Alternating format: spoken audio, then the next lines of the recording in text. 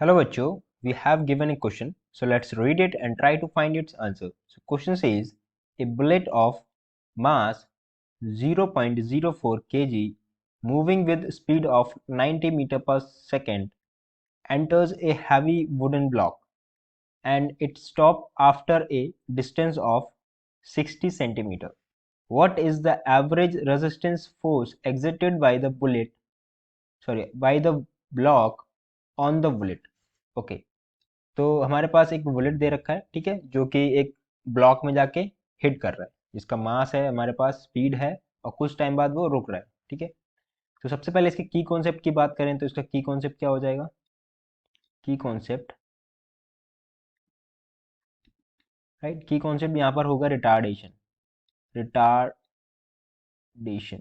Right, क्योंकि अगर हमारे पास एक वुडन ब्लॉक है, कंसीडर कर लेते हैं ये हमारे पास एक वुडन ब्लॉक है, राइट, एक वुडन ब्लॉक है,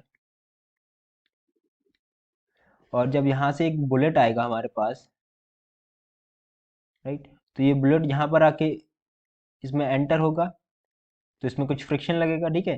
तो कुछ डिस्टेंस के बाद क्या हो रहा है, ये 60 सेंटीमीटर के बाद ये बुलेट जो है वो रुक जा रहा है, राइट, यहाँ पर,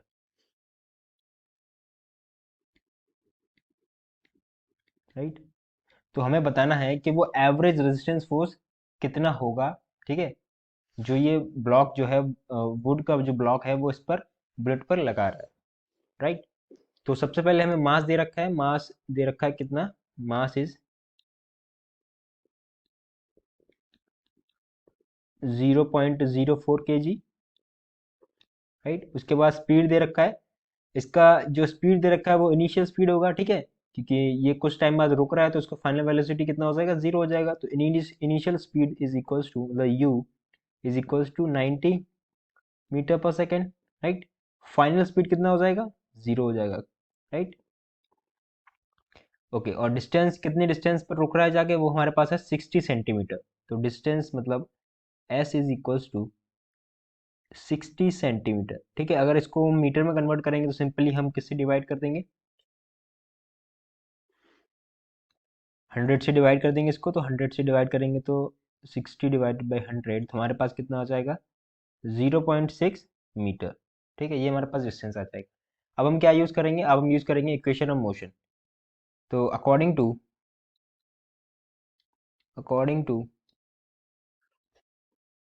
इक्वेशन ऑफ मोशन, राइट, कौन सी इक्वेशन यूज़ करेंगे, v square is equals to u square plus 2as, ठीक है। यहाँ से हम क्या निकाल लेंगे, एक्सेलरेशन निकाल लेंगे, राइट। हम वैल्यू पुट करते हैं, वैल्यू पुट करेंगे, वेलोसिटी, फाइनल वेलोसिटी कितना है, जीरो का square is equals to, initial velocity हमारे पास है 90 का square plus 2 into acceleration, distance हमारे पास है 0.6 मीटर। तो यहाँ से जो एक्सेलरेशन आएगा वो हमारे पास कितना आएगा, नेगेटिव, राइट। अब ये नेगेटिव साइन क्या इंडिकेट करता है, ठीक है, तो नेगेटिव में इसको करेंगे तो क्या हो जाएगा, ऊपर 90 का स्क्वायर